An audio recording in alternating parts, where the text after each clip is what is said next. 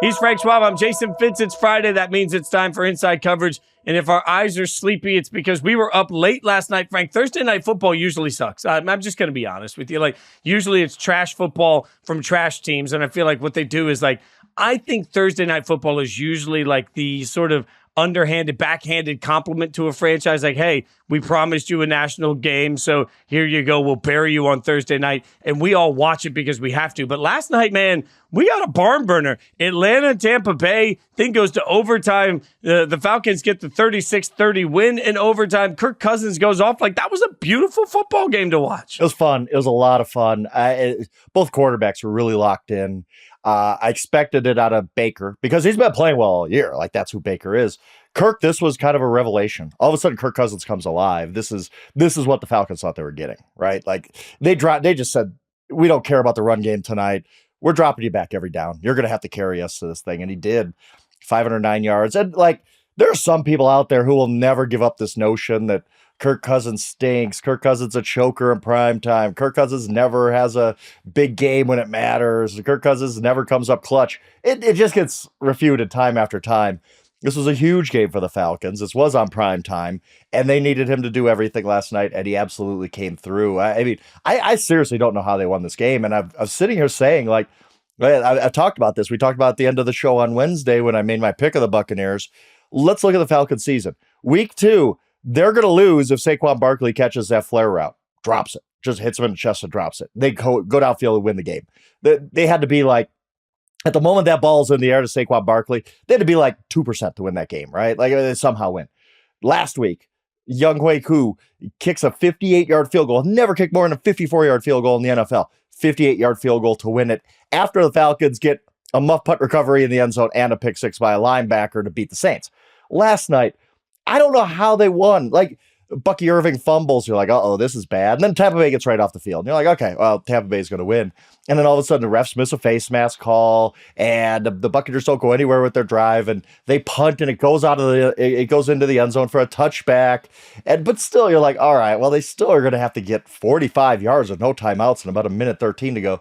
I thought when Drake London caught that ball and didn't go immediately down, I was time's running out. There's no way. Somehow they spike it with 1 second left, and they take a delay game penalty, and still Koo hits the field goal from 52. They win it in overtime after Drake London gets hurt and Hodge has to come in for him. And just unbelievable sequence of events. This Falcons team could seriously be 0-5. We say that a lot. Oh, this team could be 4-0. This team could be 6-1. The Falcons seriously could be 0-5. They are, I don't know what luck that they've gotten. Maybe this is payback for 28-3 or something, right? Because they are absolutely living right to be 3-2 right now. Yeah, I think to your point, remember a few years ago when Minnesota had a good record, but we all knew the Vikings weren't a good team? I'm not sure that that's not who the Falcons are right now. I don't really know if the Falcons are any good, but boy, there is something to, they find a way to win. Kirk, 42 of 58 for 509 yards, 4 touchdowns in this game. As you mentioned, went off. Drake London, huge night. Kyle Pitts finally caught some footballs. All of these things stacked together, and you look at it and say, man, this is the best of what I watched at the end of it, and I was man, that's an explosive Falcons offense. Look at how good they are. And then I found myself also thinking at the same time, Frank, I'm are they though? Because yet again, it takes this heroic Herculean effort for the Falcons to win, even when their offense is clicking. And I do think there is something to Kirk is obviously thriving when they go up tempo, when they go no huddle, when they go 2 minute. He's thriving. Let him do that. Let Kirk cook at this point. Let Kirk cook, because that's how you win football games. Just play college offense, right? Just get up to the line, go. Let's just play no huddle the whole game. I don't know. It does work for him. Here's where I am with the Falcons. No, they're not playing well. There's a lot of things you can clean up with the Atlanta Falcons. But as you look at the rest of the division, they lose last night. Buccaneers are 4-1. They're going to be 2-3. And the Buccaneers have a win in hand, a whole road win in hand on them when it comes down to head-to-head and all that kind of stuff. They were in a bad spot. It was going to be whoa, the Falcons are really not in good shape. You somehow pull that game off. You're 3-2. Buccaneers are 3-2. Saints, I believe, are 2-2 at this point. They play on Monday night. And you're well, we're fine. We're figuring things out, and we're tied for first place. So that's where I'm at with the Falcons. I think they're going to get better. At this point, I think the Buccaneers are the best team in the division, but I kind of think the Falcons win it because I think they're going to get better as the season goes on. You saw, again, I think you saw Kirk Cousins wake up last night. And I don't mean that in he wasn't paying attention or anything. I mean, it was going to take him time with his new teammates, with his new coaches, coming off an Achilles. it was going to take until, 5-6 games into the season to knock all the rust off. And we saw that Kirk Cousins last night. And I think this is where they're going. I think this is where they're heading. I think that from now until the end of the season, we're going to see an explosive offense. We're going to see Drake London become a star. We're going to see Kyle Pitts get out of that 4-year slump or whatever he's in. The one thing I do have a question about is Bijan. Bijan does not look like Bijan yet, but that might come along too. I think the Falcons are in good shape. However they got here is fine, but they're 3-2, and I think they're going to be good the rest of the season. Anytime they sneak a win, I think it matters too because, and I say sneak because, I don't like playing the scheduled game in the preseason, but I like playing it during the season. And you look at the last month and a half of their year, if you look over the course of the last month and a half of the year, they have the Chargers, who should be winnable. Then they have Minnesota, tough game. And then they finish with the Raiders, the Giants, the Commanders, and the Panthers. Yep. They absolutely, if they're flying, they can fly through the last 6 weeks of this season. So anytime they bank a win right now, it's just going to be a benefit to where they end up. This is the spot too. And you and I have had this conversation before, but I think as fans, sometimes you got to step back and ask yourself, what do you want? Do you want to be the fan of a playoff team or do you want to be the fan of a good team? That's not always the same thing. Right. You can be a playoff team and not be a good team. You can be a good team and not be a playoff team.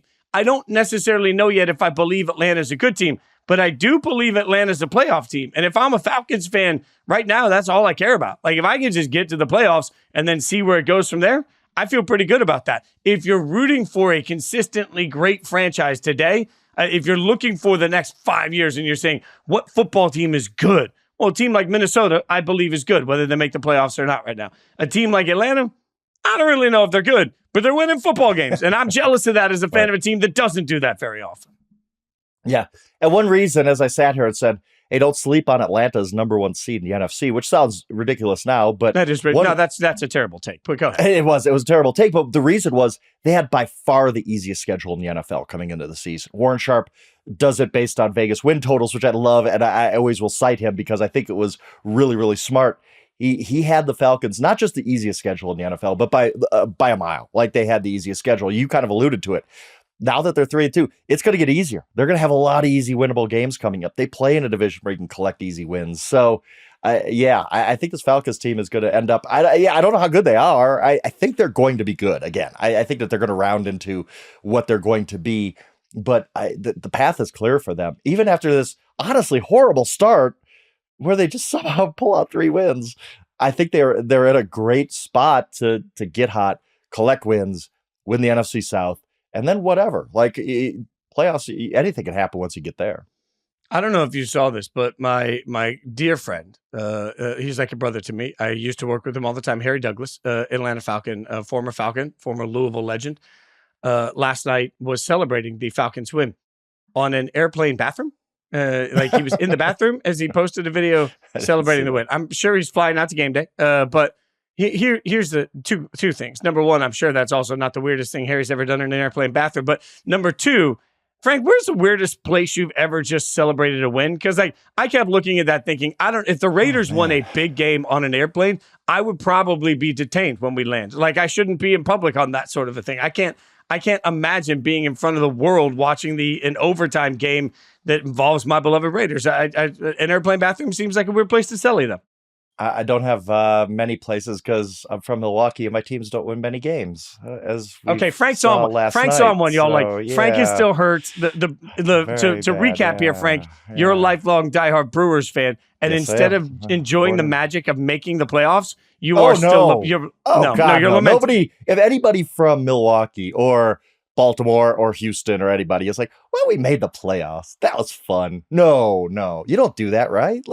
When the Raiders made the playoffs a few years ago, the Houston game, you weren't like, well, at least they made it. Right? No, I was. When the Raiders lost in Cincinnati a couple of years ago, I was like, you know what? That didn't matter. I woke up on a playoff weekend and actually had a game to watch that I cared about. Yeah. At the end of that thing, when it ended, I was like, man, that was a fun year.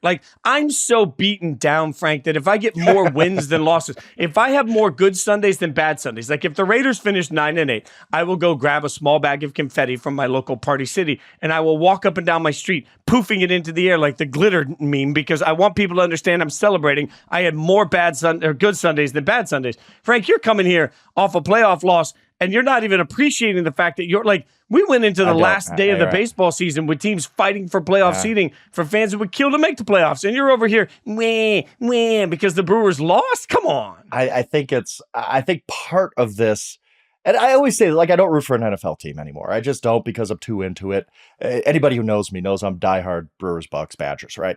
So I get way too into this, and yet I should be able to be like happy. But the way they lost, like anybody whose team has lost a game like that, I don't know how you're just walking around happy the next day. Like, I think it's Cincinnati Bengals, like the way they lost that Super Bowl, when all you need to do is get off the field on 4th down. All you need to do is the refs not to throw a really, really ticky-tack holding call on Logan Wilson on a 3rd and goal against the Rams.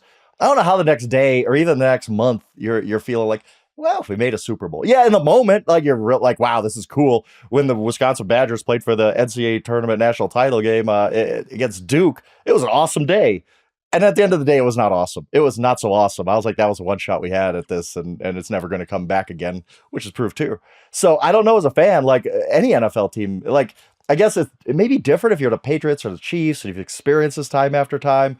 But for beaten down fans of the Texans or the Lions or whoever, I just don't know how you'd react if your team made the Super Bowl or made the NFC Championship game and lost. Like the Lions, no Lions fan was happy the next day, right?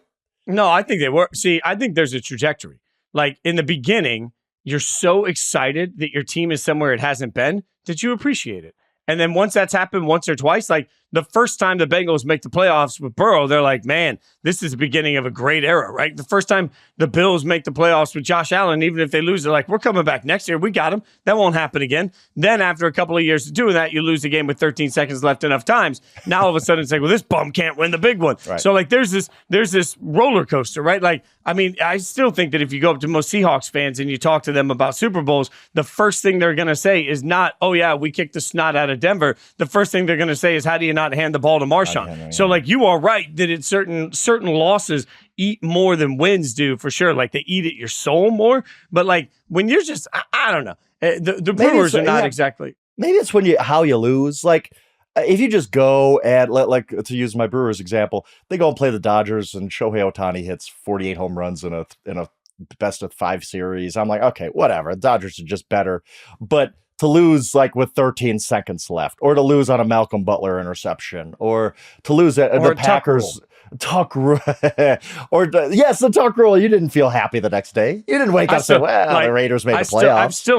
I'm still angry. All these years later, I'm still angry. Like I ended a relationship with a girl over the tuck rule. Like this is a very true story. Like I was sitting. Okay. I need to hear the Cliff Notes version. Of this. Look. So I'm sitting at her parents' house, and her parents were not particularly into sports at all. And they also did not, you couldn't swear in their house. They were very conservative in that sense. And you were, I'm surprised you even got in the front door. I'm not going to lie to you, anybody that knows me, my mouth is like a sailor all day. So like, all of a sudden, I'm watching this go down, and I'm sitting in the chair in their basement with the mom and dad sitting next to me, and I can't swear as it's happening because that's not going to go over well with the parents. I can't say anything, so I just sit there, and I'm so angry, and like the veins are popping out of the side of my neck. I can't even figure out how to absorb what's happening. And her mom looks over and says, "I don't know what you're so upset about. It's just a football game." Oh no! Don't say that. No, that's it. No. Like when I think of the tuck rule, and I think of the people that like I still have just venom for in my soul,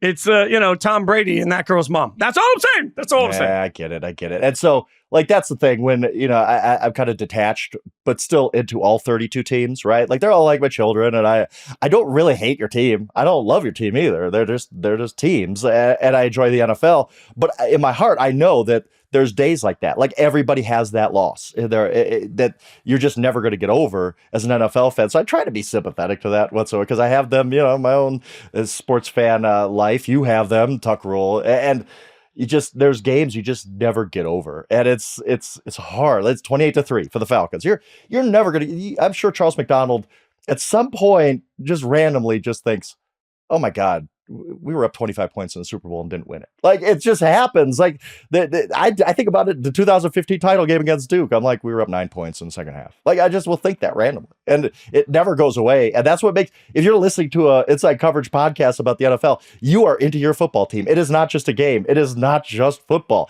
It is a part of your life, and you like your team to win. And I think for most fans anyway, it really like means too much. It really actually means too much to us where we take this so hard. I'm going to be upset all weekend about the Brewers. I can guarantee you. Sometime on Sunday, I'm just going to be sitting there watching NFL. I'm going to be like, Devin Williams, how do you hang that change up to Pete Alonso? Like, I'm just going to be, it just happens. And that's the beauty of sports. And that's the beauty of why we could do podcasts and do Sunday night shows where we go down every game. And I could write about this for a living. It's because of passionate fans. And there's no more passionate fans in the NFL. I now that we've pissed off every fan base listening to the show because we've reminded them of a hateful, go through hurtful every memory. single terrible loss, like Scott Norwood, that's an off-season. Like, let me make a note. That's an off-season show for us. Like the worst day for every single team in the NFL. We'll just figure out what the worst. It for the exact reasons we're sitting here going through therapy with each other over the bad losses. You do this to yourself. You're like, oh God, the Tuck rule. And did you watch the 30 for 30 on the Tuck rule, or you could not do it? Not only did I watch the 30 for 30, but ESPN Digital, where I was working at the time, had me host a show with former players after the 30 for 30. So I had to host. Like, that's the thing about the Tuck rule, too. Y'all, like, not only do I have to relive it in my mind, every time the NFL Network decides they're like, greatest playoff losses, greatest games in the snow, greatest greatest Tom Brady moments. Like, you get it over and over and over again. Then I had to sit there and host a roundtable discussion afterwards and pretend that I was a professional. It was, thankfully, Damian Woody and Lincoln Kennedy are both friends of mine. So, like, thankfully, they embraced that moment. But they got through it. Was painful. They got you through it, huh? Yeah, that's good. Yeah, they did. But I now think the NFL, I won't sing it because we can't pay the licensing rights. But the whole song, like Mama said, there be days like this. You know that song? Yes. The NFL needs to do a commercial where they just play that song over and over again while you watch fans just crying after terrible losses. That's all right. We're gonna regroup and we're gonna get positive now. No, we're not. I'm not positive. How did Kirk Cousins throw for 509 yards come into a philosophical discussion about being a fan? I don't know, but hey, we did it, and I hope people are out there entertained by it. You got the Brewers on your mind. I don't blame you. All right, Colts fans have Anthony Richardson on their mind. Can we be more positive about Anthony than we just were about our own teams? I don't know. We'll figure it out when we come back. Frank, there's 2 words. 3 words. 3 words. I'll go 3 words in the English language put together that I just love to say. I was right. God, it just feels so good to say that. Told ya so, if you just want to get rid of English. Look, Anthony Richardson and the Colts right now are struggling. Anthony Richardson is his completion percentage is at a historic low. And I want to stress that I think these are fixable things. Right? I think that what Anthony Richardson is struggling with is something that can be worked on. It can be taught. And I think the best example of that, obviously, is Josh Allen. When you're talking about accuracy and when you're talking about footwork and you're talking about all of these things, I think it's important to mention that I've always said from the beginning that, to me, the career of Anthony Richardson is best handled like barbecue, slow and low. Let it cook, let it take its time, and when it is ready, it will be spectacular. That's how I see Anthony Richardson. But Anthony Richardson today, Frank, is not ready. And the Colts today do not look as good as we thought they would, as many thought they would. So the question is now, what do you do when you've got Joe Flacco, who we always do the quarterback stock report, we'll get there in a minute, stocks up on Joe Flacco, right? Like Flacco comes in, just does what Flacco does. Like, he reminds us all, he's elite. Solid bet. Yep. So if you're the Colts, what do you do right now when you've got a young quarterback that is obviously struggling, but obviously needs game reps, and you've got a veteran quarterback that isn't struggling and can help you win right now? So hard. It is so hard. And this is part of the math when you drafted Anthony Richardson, that you realize, as you said, Mama said, there'll be days like this. You just have to kind of ride it out, I think. I get it. Like, Joe Flacco comes in, and as we talked about on Sunday, is somebody who was on the other side of that game. Once Joe Flacco came in, I was like, I'm on the wrong side now. Pittsburgh ain't the right side anymore, because Joe's going to come in and run an efficient offense. Like, I don't know how this happened, by the way. Like, 2022, he was as cooked as could be, but he comes out of retirement basically, just off his couch with the Browns last year, and now he's just a solid backup, and probably will be for a couple more years. I don't know. Like, immediately, yes, the instant gratification is put in Joe Flacco. He's going to run the offense better. We could win some games. And this division, we might not catch the Texans, but we could wild card. Why not? Like, there's that in the back of your mind. But I think for the best of the franchise, you just got to ride this out with Anthony Richardson. And the problem I have with the Josh Allen comp is that is the best case scenario, but that's also the outlier. Like most guys in the NFL don't become more accurate. It honestly doesn't happen that often. It does once in a while. Like it's a once in a while thing. But Josh Allen was with the right coach and Brian Daboll at the time, who really got a lot of development wise out of him. And has been documented many, many times. Josh Allen put in all the work. Like he just decided, I'm going to be a great quarterback. I'm going to do this 24/7. That's what Anthony's got to do. And maybe he does. And I don't necessarily know what he does in the offseason. I don't know if he's putting in that work to be great every day. He could be, could not be. I have no idea. But it takes a lot when you are in an accurate quarterback in the NFL. It usually doesn't become accurate overnight. And just because of game reps, it becomes, you got to get with quarterback coaches. You got to put in the work every single day and figure out your mechanics and everything that goes along with it. So it's going to be a long process for Anthony Richardson and the Colts, and they got to be, it's a weird thing to do, but you got to be like, well, maybe by the end of 2025, this pie is going to be ready to come out of the oven. It ain't going to happen now. There's going to be some rough days in between, but do you ride that out or do you go with Flacco? I think you have to ride it out. You use the, I think, sixth pick of the draft on him. Well, and riding out is what you should have expected. So the fact that you're ahead of schedule doesn't change that you drafted a process. You had to understand from the day one what that process was going to look like, and you cannot change your plan. Your business plan is your business plan. I talk to people all the time. Kids, they want to make it in sports entertainment. They want to make it in music. And one thing that I tell everybody in both of those worlds is you got to write a business plan. You got to figure out exactly what you want to be and how you want to be it. And then you got to stick to that business plan. There have been times in my life, especially when I was in music, where I was so broke I couldn't afford dog food, right? But I didn't take gigs that I wasn't going to be good at because it didn't match my business plan. And I think there is some sort of an Indianapolis Colts moment here of like, what was your business plan? When you drafted him, what were you going to do and how were you going to do? Just because you got ahead of schedule last year doesn't mean that changes what your long-term goal should be, which is developing this quarterback. And you knew you were developing a project. And I think part of what really bothers me about Anthony Richardson right now is that we as a society have become so afraid of injury for him that we are asking him to be a different type of quarterback than he actually is. You've got to let him use his body and his legs. That's part of what he does. I know he's taken hits. I know he's gotten hurt. But again, you knew that when you drafted him. So you can't now turn around and say, well, we drafted him for these traits that literally cannot be taught. And now we're going to limit some of those traits because we want to protect him from himself. You're not letting him be the quarterback he can be in that situation. You got to find other ways to do it. I understand you don't want your quarterback to take unnecessary hits, but if you take the mobility, the ability to just sort of beat you with his legs and his body, if you take that away from Anthony Richardson, you're taking away one of the things that makes him really tough to stop. So part of what I don't like here is I don't understand what we're even looking at for the long-term plan of the Colts. I don't understand the way they're utilizing Anthony Richardson right now. I don't understand how it's helping him short-term, and I sure as hell don't understand how it's helping him long-term. If the objective is to save him from injury, then don't play him at all. But if the objective is to make him a great quarterback, let him be who he needs to be. And what is long-term with Anthony Richardson? Like, look, Tom Brady lasted till he was 45 because he is a freak. Other guys, Drew Brees was good at 40, Brett Favre, all them. Dual threat quarterbacks do not last that long. Cam was done at 30. We saw Russell Wilson hit the wall, absolute wall, because so much of his game was predicated on moving around. I worry about this with Josh Allen. Like, how long is he going to last? Guys like that, like Anthony Richardson, they're not good bets to be great at 33, 34, 35. It's almost like a running back aging curve, right? Like, we have to be honest about this. It's just not going to last forever unless you completely reinvent yourself as a pocket quarterback, which is really, really hard to do.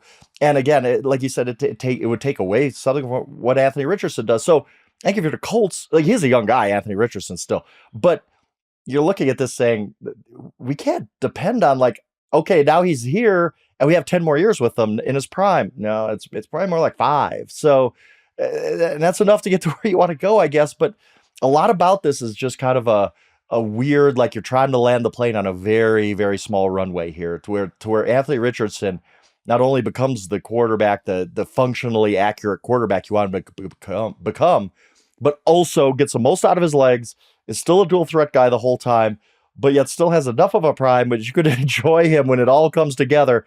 It's a difficult process. It's an interesting experiment for sure with the Indianapolis Colts and Richardson.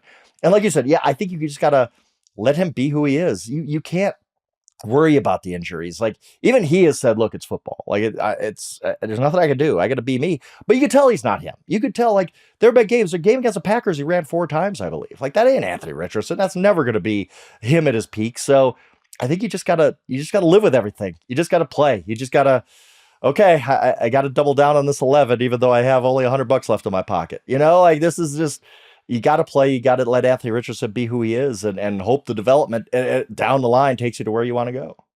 So then there's the Joe Flacco part of this conversation, and I feel like this is going to be an annual tradition for me, where I look around at the market for a backup quarterback. I look around at the pay for a backup quarterback, and I look around and I shame every team that didn't get involved in the bidding for said backup quarterback. Because Joe Flacco, I just looked it up, has a 1-year, $5 million contract.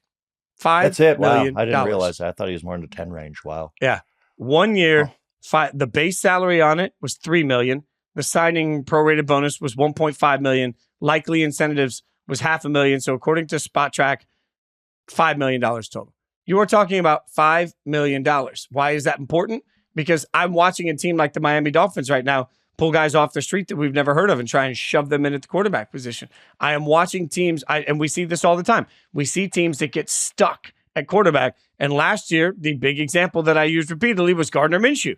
Again, the Colts. Like, the Colts are 2 for 2 for identifying somebody that they know that they can get the most out of. But we saw this last year. When you think about Joe Flacco coming off his couch and playing the way he played for Cleveland, he eliminated any concerns that he can't still play the position. So the fact that he signed somewhere for $5 million means every other team in the league that ends up with a backup quarterback issue should look in the mirror and say, shame on me for not trying to get somebody that it's very clear. This isn't even revisionist history. This was clear coming in that there was an attainable, viable backup. And for him to only cost $5 million tells me that everybody else had the opportunity to get on the bidding and they didn't. So if you're screwed at quarterback right now, you have nobody to blame but your front office. Yes. And that's why I have complained about this on social media. Everybody trying to, the Dolphins are just going to trade for this backup quarterback. Oh, they're going to trade for Jimmy Garoppolo.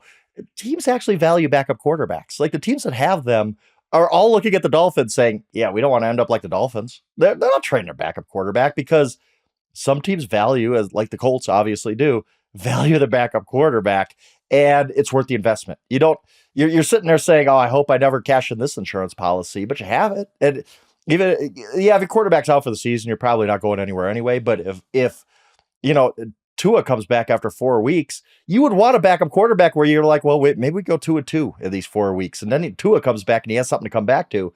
Right now, like, why would you put Tua back in the lineup? You're going to lose every single game without him. You have no chance as an NFL franchise to win games with what you've done at the quarterback position. So, yes, backup quarterback, fantastically important. The Colts have figured that out, even though at some points it's going to make it a little awkward when we have this whole, like, should the Colts let Anthony Richardson sit because Joe Flacco could run the offense kind of conversations. Yeah. So the one thing I would say is, again, this takes a level of patience. But if I know I'm going to be at my organization for a while, I'm drafting a guy in the 3rd round specifically to be my backup quarterback. I'm drafting somebody and I'm putting him on the roster and I'm telling him straight out, look, you're not going to be our starter. Like I have no problem with the team looking at him and saying, because the one thing I need somebody I can trust, who knows my offense, who knows what I'm trying to execute. And yeah, it might take a couple of years. Like I'll burn a roster spot for a couple of years while I have a vet in there until this kid comes in and really becomes knowledgeable on my system. And I don't care if nobody else appreciates what I have here. I'm just going to tutor a kid to be my absolute backup quarterback. And then as a coach, I'm taking him as an offensive coordinator. I'm taking him everywhere I ever coach. Like, hey, this guy knows my system. We drafted him in the 3rd round. I've had him with me for 7 years. Like the language, the communication of it, the ability to execute, like these are all things, to your point, you only need to get a couple of games out if you're trying to remain relevant in the conversation. I'm using a draft pick on a backup quarterback, and I think we're so obsessed with quarterback that we don't think of it that way, and I think we should. We should. There's nothing wrong with thinking outside of the box at quarterback. Like everybody was, oh, how could you draft 2 guys in the same draft class? Well, because it's the most important position in sports. Why wouldn't you treat it a little bit differently and a little bit unusually? And one example that came to my mind when you're talking, this is exactly what you were talking about, but the Denver Broncos 2015 do not win a Super Bowl without Brock Osweiler. They don't. Straight up. Go back and look. If you just remember that as like, Peyton Manning in the playoffs and all that. You have forgotten Brock Osweiler. I know he was a bust with the Texans. I get that. In 2015, he won crucial games for them that allowed them to have home field advantage in the playoffs, which allowed them to barely squeak out a win against the Patriots in the AFC Championship game and then go on and win a Super Bowl with Peyton Manning as the quarterback. So, yes, backup quarterback's always going to be a big deal. And I'm always for, look, think outside of the box a little bit. So what if there's some feelings hurt in your quarterback room? Like, people need to be a little bit tougher when it comes to this. This is the most important position in sports, and that's why I've ripped the Falcons for the Penix thing a lot, but I also get it. I also have come to the realization of, yeah, maybe this is uncomfortable for Kirk a little bit, but who cares? This is the most important position in sports, and I'm not going to bang on the Falcons that much for thinking about it differently. They looked at Jordan Love and said, you know what? That's a pretty good model. That's a pretty good business plan, as you talked about, and so. When everybody bangs on the Falcons, like, oh my God, that was the dumbest draft pick ever. It wasn't the dumbest draft pick ever. It's thinking differently about a position that we all agree is literally the most important in all of sports. So with the quarterback conversation, let's take a look at, as we always like to do, the stock report. Some stock up, some stock down. This is something that our very own Charles Robinson writes on for Yahoo Sports. We have a bunch of stock ups. Let's highlight a couple that are on the stock up list. One is, I think this one's funny. CJ Stroud is on the stock up list, right? And that makes sense, right? I don't want to say, because I think, frankly, the stock's always up on CJ Stroud. You want to talk about a guy that everybody is just absolutely, like, he has been anointed. There's nothing that takes away from the fact that he has been anointed. I think the only problem is, like, I never would have put stock down on him. My stock down for him last week or the week before would have been taking on Brian Flores' defense. Yeah, and so far, everybody's struggling with that. So I feel like the stock. Aaron Rodgers struggled with Wade Phillips. Go back and look at that. Like, a guy, like, sometimes defensive coordinators just get you. It happens. And Flores has gotten several this year, right? Like, that's who he is. So I don't think that lowered the stock price. So it's funny to me. I don't think the stock price can go up on CJ Stroud because, like, I'm not buying stock that high anyway. This is already astronomical. Everybody's fallen head over heels in love with the guy for good reason. So stock up this week, but I never would have put a stock down in the first place. This is buying Apple stock at its peak and saying, there's still another level to go. I love CJ. Like, we've talked about that often. CJ's awesome. And I think at year 2, he's proving it again. Yeah, he had a tough game. He's not perfect, okay? Like, yeah, nobody is. So, yeah, Stroud is unbelievable, to the moon. I think this Houston Texans team, I had some skepticism coming into the season. I'm like, there's a plexiglass principle here. Are they going to bounce back a little bit after such an improvement last year? But I just think CJ is that dude, and he's just going to keep them as a Super Bowl contender all year. The defense is really good.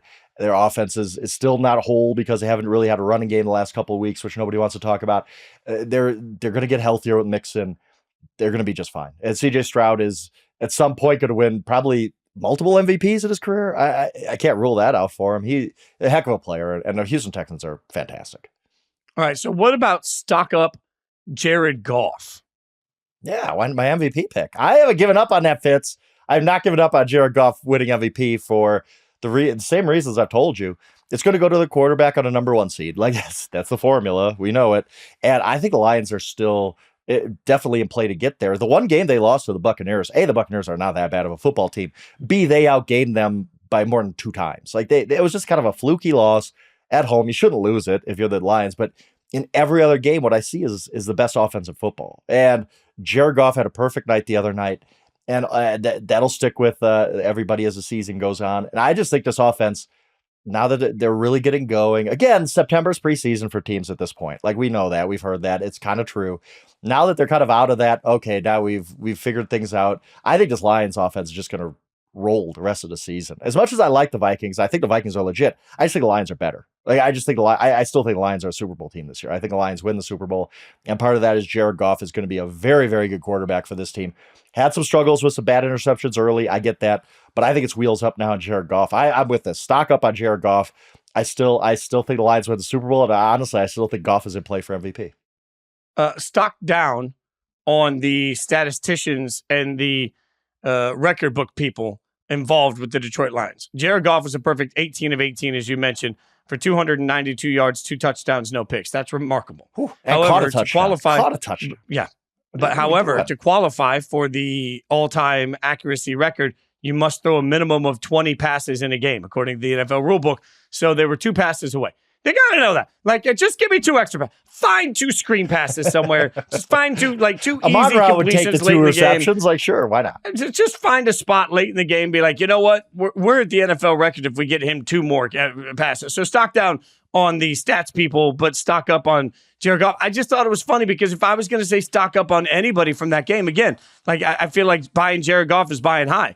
I thought it was more of a prove it game for Geno, and Geno proved it. Like, Geno Smith played really well in that this game. Season, Fitz. Yeah, it's going to be good. Like, that's a good. Like, I came out of that game saying, okay, well, they had 5 guys in their front 7 inactive because of injuries, and he still competed in that game. And Geno looks great, and that offense is really fitting him. It was a great hire by Mike McDaniel. You know, both of us are really high on Mike McDaniel.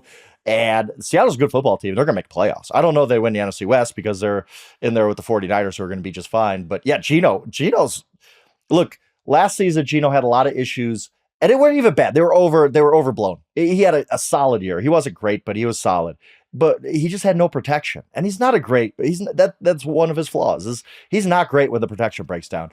But this year, I think he might be even better than he was 2 years ago when he had that big breakout. Like, this is Geno playing really good ball. Yes, once in a while he's going to have some bad turnovers. He did against Miami. He had a couple, but I think it's Geno's going to be a guy who's here all season. I think the Seattle Seahawks are going to be here all season. I think they're going to be a really, really good football team. Look, I came into that game saying we don't really know anything about Seattle because they had played terrible teams leading up to that. I think we learned a lot about Seattle in that game, even a loss, and we learned a lot of good. Stock down, which I'm now going to call the Will Levis Award. I don't know that you can get, like, Will Levis at this point is penny stocks that nobody, like, even a risky investor is like, no, I'm good, man. Like, it doesn't get any more stock down than Will Levis at this point. Like, we'll call this the Will Levis segment of the show. But the Will Levis Award winner this week, maybe Matthew Stafford. Like, has the shine come off of Stafford a little bit? The Rams don't have a lot around him. There's a lot of injury, but, like, I mean, Stafford, not a spring chicken, doesn't look as, maybe a little stock down. I'm not willing to put him there. I remember the first game this season at Detroit. He was awesome in that game. I just think it's critical mass for the Rams where you've lost everybody. Like, your offensive line's been banged up all season. Obviously, you lost Nakua, you lost Kupp. You're trying to figure some things out at receiver. You're giving Kyron Williams like 87 rushing attempts a game. Yeah, Stafford I think he's been fine given the circumstances. He's a great quarterback. I think he's proven a lot, especially last year when, Kupp missed most of the year. He was basically, we had him retired. Like, oh, come on, Matt, just retire. You got your ring. He came out and had a great season last year. He was awesome last season. And I think he's been fine this season. It's hard. It's not his fault. It's Goodwill Hunting. It's not your fault. It's not your fault. It's just everything around him is bad. So yeah, Matthew Stafford is doing all he can. They were in that game against the Bears. I mean, they didn't get blown out or anything. So no, I'm fighting back on Matthew Stafford stock down. I'm still, this ain't Matt's fault. He's doing what he can. Even at his age, he's still a competitor, still a warrior. And he just, there's nothing around him right now with the Rams. All right. Speaking of things you're pushing back on and stock down, I feel like I heard a narrative this week, Frank. And that narrative had a lot to do with Mike McDaniel. And I'm not talking about his amazing joggers because, like, as a guy that likes to wear joggers, I'm really frustrated by the fact that his joggers, they just latch perfectly to his calves and they never droop. Like, I feel like mine droop and then they look saggy and I don't know. Like, I got to find out what kind of joggers he's wearing at this point because they just say, like, he spends a whole sideline walk and never has to re-pull up the joggers. Like, it's a whole, Mike, hit me up. Let me know what brand it is so I can try them out. But other than that, there is this whole conversation going around right now that involves your favorite thing in football, transitive property. Well, this guy is doing this and this guy's doing this, so Mike should be doing this because the Dolphins look dreadful without Tua. Yeah. And so now I'm hearing all people say, hey, like, is there a hotter seat on Mike McDaniel? Is he really a fraud? Did we not know what we were talking about? Like, where are you on the Mike McDaniel not being able to make chicken salad out of this offense currently means that he is overrated combo? Yeah, and I think it's got to be two different conversations where Mike McDaniel is not doing a great job with these backup quarterbacks. I'll grant that. Absolutely. I don't know how you could argue otherwise. Their offense looks absolutely broken and terrible. But there were a couple of plays on Monday night where I'm like, we're blaming Mike McDaniel for that? There was a Tyreek Hill just absolutely smokes a cornerback coming off the left sideline. He's 5 yards clear. And it was Tyler Huntley in that game. Tyler Huntley just misses. Like, he just underthrows it by like 4 yards and cornerback breaks it up. There was another play, really nice play in the fourth quarter. Great design, fake handoff type of action. And they get Jalen Waddle basically out into the flat. and he's wide open, and Huntley just overthrows him by like 5 yards. Like it was like, oh my goodness, he's not even in the same zip code on that pass. How do we blame Mike McDaniel for that? These guys that are running out there, Tim Boyle, Skylar Thompson, even Tyler Huntley. I mean, Tyler Huntley has had moments, but not a lot of them actually, and he's just coming off Baltimore's practice squad. What do you expect? Like, you expect him to work miracles. Yes, Matt LaFleur did a great job with Malik Willis to win some games with them. Great. Good for him. But that doesn't mean Mike McDaniel's a bad coach. Mike McDaniel's a good coach. He's not doing a great job this season. He's not performing miracles. Yes, I wish he was doing better. The Miami Dolphins were doing better. But, watching that game on Monday night was torturous. It was awful. But it doesn't mean he's a bad coach. Do you think the Miami Dolphins really think they'd do better than Mike McDaniel if they fired him tomorrow and said, you're not a good coach, get out of here? Like, that's ridiculous. He's still a good coach. The stupidity of this argument is that the same people making the argument that McDaniel should be fired are the people that were making the argument that Tua should have never been paid. So, like, what is it? Yeah, Tua's overrated. Mike McDaniel stinks. Well, which is it? Yeah. Has it occurred to anybody that maybe this is just one of those confluence of things where it's like, hey, this coach in this offense with this quarterback with these weapons is built to do this thing.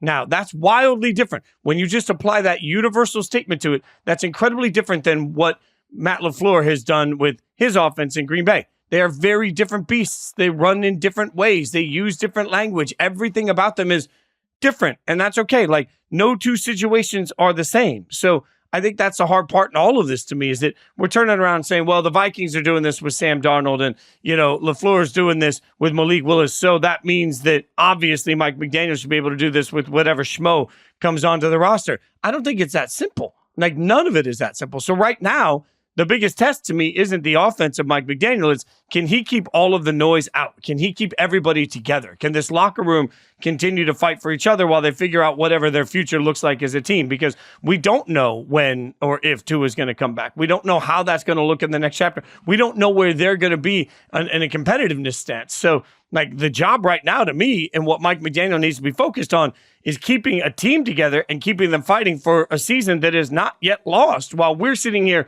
just freaking out every single day about whether or not this team is good enough. He's got to have a long-term view and say, hey, everybody calm down. We're going to be just fine. And by the way, he is going to be just fine. He's a very talented coach. Like, this to me just screams of instant reaction, instant, immediate gratification and everything. Trying to bury everybody. Oh, he gets too much praise. Now we gotta dig on him a little bit. This team had the best offense in the NFL last season with Tua at quarterback, who I don't think anybody thinks is the best quarterback in football. I like Tua. I think Tua has actually been underrated by people who don't want to let go of their early takes of him as a rookie. Oh, he's not good. Justin Herbert's so much better. I think that's why we fit that narrative in where we have to fit it.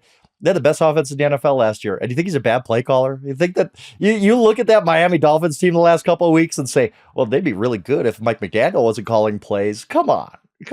Like, let's have some version of like logic here. Like, Mike McDaniel's a very, very good coach. He again had the best offense in the NFL last season, and now all of a sudden he can't call plays and he's terrible. And somebody else would make a star out of Skylar Thompson. Like, the problem here is, as we talked about a little bit ago, the Dolphins didn't invest anything at backup quarterback. You don't think the Dolphins would be pretty good right now, Sam Darnold at quarterback, or even, I don't know, I guess Malik Willis. Matt LaFleur just did great work. I don't know why, because Matt LaFleur did great work, it means Mike McDaniel's doing terrible work. Like, no, Matt LaFleur just did great work. Good for him. Solid. Way to go. But you don't think if the Miami Dolphins paid Joe Flacco $6 million a year that they would look like a functional offense? Of course they would. Like, this is just, it was an organizational problem not paying a backup quarterback. And now they're paying a price for it. And it happens. Like, happened with the Colts back in the day when Peyton Manning missed the entire 2011 season. Like, they just decided we're never going to invest in a backup quarterback, and if Peyton goes down, we're screwed. Well, they were screwed. The Dolphins decided we're not investing in backup quarterback because if Tua goes down, we're screwed. They should have known better. Tua has a bad health history, but that's where we are with the Dolphins, and I don't believe it's because Mike McDaniel is a bad football coach. Like, come on. I mean, like, didn't we just last year we watched Aaron Rodgers go down?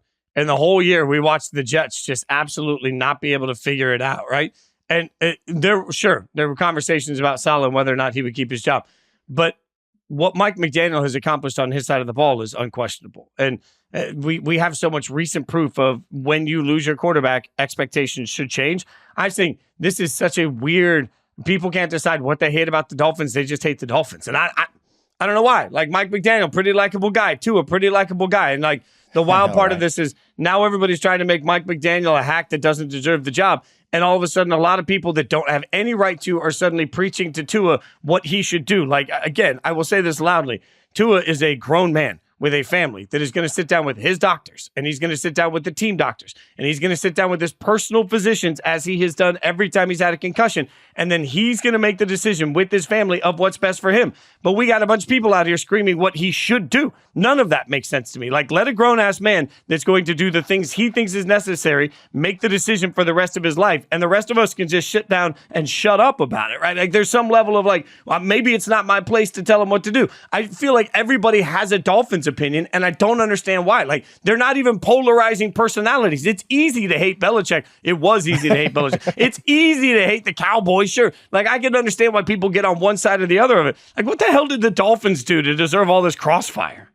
That's where I'm at with it too, because you're right. Nobody wants to give Tua any credit, and now people want to say Mike McDaniel's a bad football coach because Skylar Thompson hasn't turned into Sam Darnold. I don't know. Whatever. Sure. Yeah. Just like they're going to just find somebody better. Like, yeah, okay, yeah. I think Mike McDaniel's like a top 12, 10-ish NFL coach. Like, I think he's really, really good, and yes, he needs a quarterback to function. Okay, that's most of the NFL. Ask yourselves this, Dolphins, Mike McDaniel haters. If he got fired today, how many teams, if Mike McDaniel got fired today, would line up to try and hire Mike McDaniel as their head coach? Like, there are several teams in the NFL today that would fire their head coach to bring in Mike today. Yes. So, like, let's not get it twisted. All right. Speaking of things that piss me off, my least favorite thing in the NFL starts. There's more of it this weekend, and we'll tell you about it next. Frank, I don't know who pissed in my Wheaties today, but I'm on one. I hate the international games so much. And you know this from our time working together. I could not despise anything the NFL does more than I despise the international games. You're putting random teams in a random city. You're taking a home game away from a team, a fan base that didn't deserve to have a home game taken away from. You're making the West Coast wake up like at what time to watch these games, which nobody's going to do. Like, so what are you doing? You're setting your coffee pot the night before, and like you're just waking up and hoping to make breakfast while you're watching it. Like, this is terrible. It ignores half of the country that wants to watch football. It takes another good game away from the Sunday afternoon slate. But that being said, we get the Jets in Minnesota, taking on Minnesota in London. So you want to talk me into this? You want to tell me why this isn't going to suck Sunday morning? What are you talking about? This is a good game. Like, I do agree with you on the international stuff. I don't think it should be a thing. I just don't. I don't think you should take home games away from fans. I don't think you should have unbalanced type of schedules where, yes, it's 9-8 now. I get that, but this is the Vikings year to have 9 home games, and they're not going to get it. They're going to get 8. Like, that's unfair to them, and I don't like it. I don't. But I can't lie to you. Like, I'll say this. With saying all that, I also will wake up on Sunday morning and be like, "Ooh, cool! We get another window of football." Like, it is a good game. Like, I don't know who the Jets are yet. I do know the Vikings are very good. This is one of those, as we've talked about for months now, this is one of those Jets chaos panic games where if they lose this, you look at their upcoming games they have. I know the Bills are coming up. Maybe the Texans or somebody else is coming up who it's like, this could be like a 2-5 start for the Jets really, really quick if they don't win this game. So I'm looking forward. I think it's a great matchup at least. And yeah, you're going to have to get up early, Fitz. I'm sorry. You got to set the alarm, brother. It won't be a great version of the matchup because, like, I don't know. It's just all of the things are different for everybody. And you're right, by the way. The Jets have the Vikings. And as I said, Brian Flores puts every quarterback in a blender. I think he will put the Jets offense in a blender this weekend. They have the Vikings, then the Bills, then the Steelers for their next 3 games. Like, 3?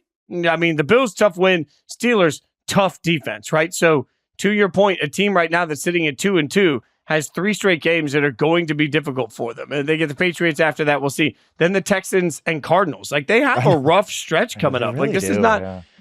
I'm left to wonder if they can keep the Wolves at bay long enough based on how they looked last week. And everybody's going to tell me that the weather was a big part of it and blah, blah, blah. Like, look, the Broncos stink. The Broncos stink. And I don't care how bad that weather was. The Jets don't stink. So one team on paper stinks and the other team on paper does not stink. And they both looked equally trashy in the rain. Like, you cannot tell me that if I'm the Jets, I'm not worried about that entire loss and the way it went down last week. That's terrible. They looked awful. Like, they looked really, really, really bad. And just the one thing I keep thinking about on Sunday is when the New York Jets have the ball, the coaching matchup is Nathaniel Hackett against Brian Flores. Okay. Good luck. Good luck, guys. Have fun. But, you know, we've seen teams with their backs against the wall. And here's where it comes in. You're talking about if they played this in Minnesota or even New York, I think the Vikings would have a better chance because they're a better team right now. But you go to London, everything's different. Everything's kind of it's wonky, and you're not getting the best version of maybe both teams, maybe either team. Definitely not the best version of this matchup you could get. So yeah, you could expect something weird to happen on Sunday morning. If things go weird over the next few weeks, in your mind, is Saleh safe? Like, let's say they're 2-5 by October 23rd or whenever that game would be, and that's very much on the table. Like, that could happen. You're 2-5, and you're in this all-in season with Aaron Rodgers. I don't know that he survives at that point. Like, I think first they would probably fire Nathaniel Hackett if they get Aaron Rodgers permission to do so, and right. So I don't know though. I think at some point if they're 2-5, which is it's on the table for them. Unfortunately, Jets fans, if you're 2-5, I think something has to happen. Either the coordinator's got to go or Robert Saleh's got to go. I don't know that they would just keep being like, there's a lot of season left. I think it would be full on panic mode at that point. Has, in some ways, our expectations for the Jets changing in front of our eyes, though? Because here's the one thing I would say. 2 months ago, it was, well, this Jets team can win the Super Bowl, right? Now it's 2 weeks ago. I was on here saying after the Thursday night game, I was like, oh my God, the Jets. Did you see the way Aaron Rodgers moved? It was me and C-Rob. And I'm like, this team could be the best in football and all this kind of stuff. And then it's one game. I don't like to overreact to one game, but that one game against the Broncos was so bad, Fitz. It was so bad. I mean, they've been inconsistent so far. And great championship teams are rarely inconsistent. Like, you can tell me that the Chiefs weren't good offensively last year and still won a Super Bowl. They weren't inconsistent. They were consistently struggling with the same things, and they figured out a way to overcome that to win, right? Like, great championship teams are rarely inconsistent week in and week out. That's who the Jets are. And it's funny because I do think that the goalposts are moving, where a couple of months ago, the expectation from most media people was like, well, this is a Super Bowl team. And now it's like, well, no, they'll be fine. They're a playoff team. It's like, oh, okay. So what's happening? Because it does feel like where we thought the Jets would be has already not been matched by the fact that their defense hasn't played it as well at times. Aaron Rodgers has looked very good, but there still has been offensive issues at times. And I can't get the ugliness of last week out of my head. So I do think that in that whole process, like, we're sitting here right now and the conversation the tone feels a little different about the Jets today than it was. Yeah, and this is a crossroads game for them. I believe this. And maybe they have a few of them coming up, but this one in particular, you're facing a very good Vikings team, a proven Vikings team at this point. They got 3 straight great quality wins against good opponents. Who are you? If you go and beat the Vikings, I'll tip my cap, even in London, and I'll say, okay, there was just a blip. It was bad weather. The Broncos defense is really good. Like, there were things in play there that we should just maybe not ignore that game, but discount that what happened against the Broncos because you beat the Vikings, you're back on track.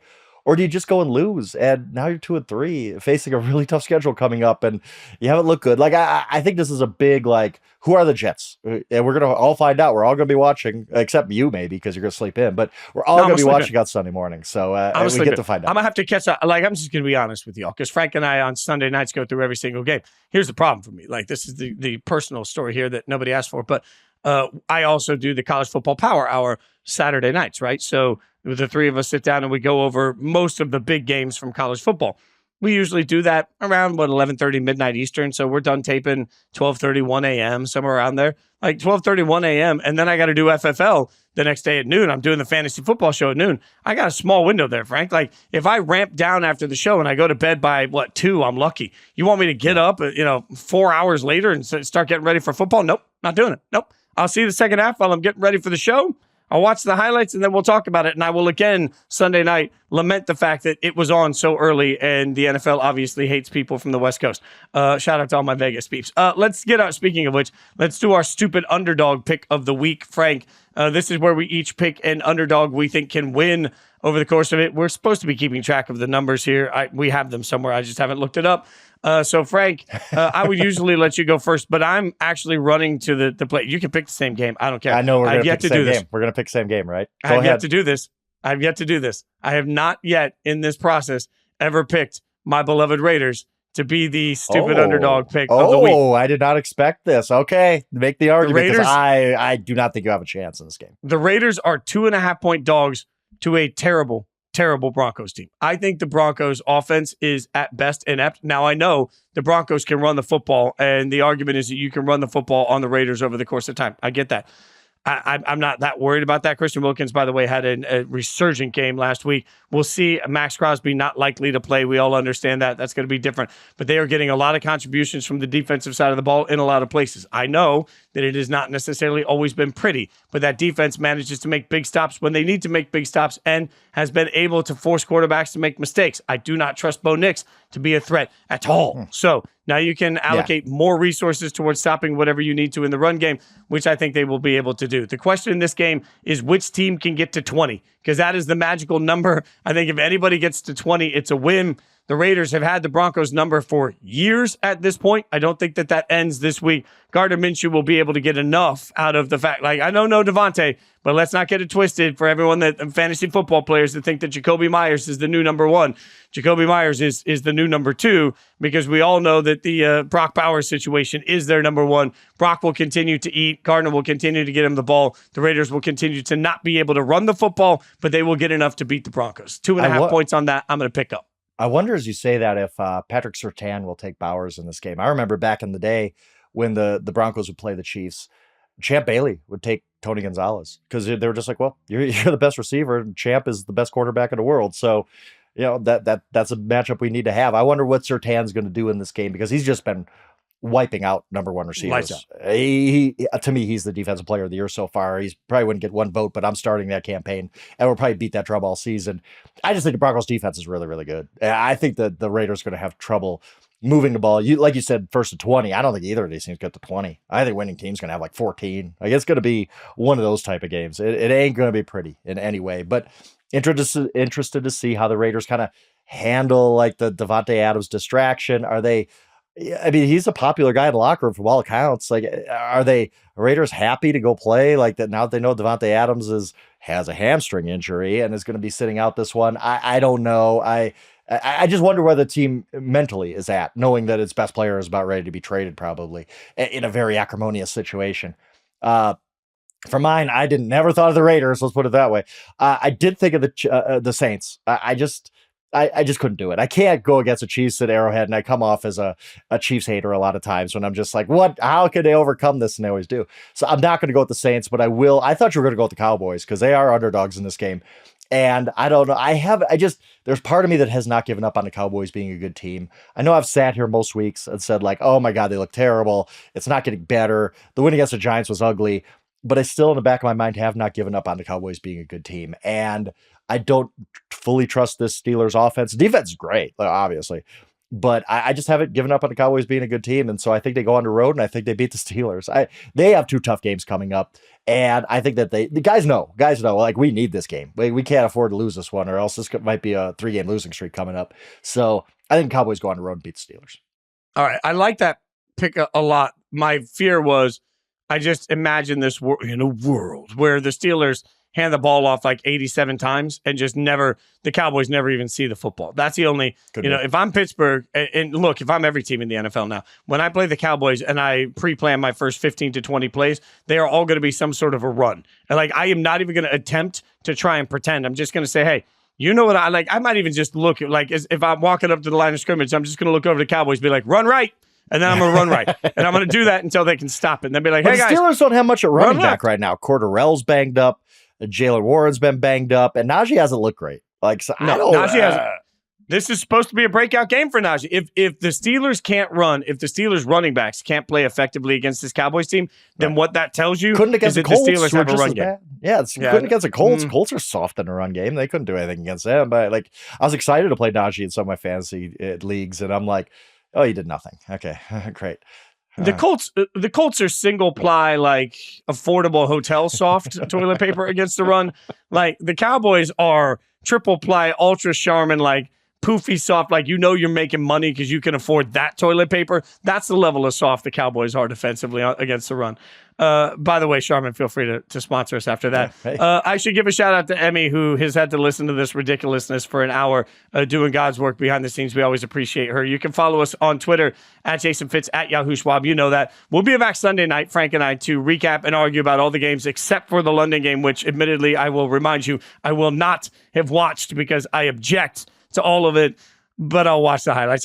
We appreciate you listening. Rate, review, subscribe, tell your friends, your family, your enemies. Tell everybody to hang out with us every single week. Enjoy your weekend, y'all.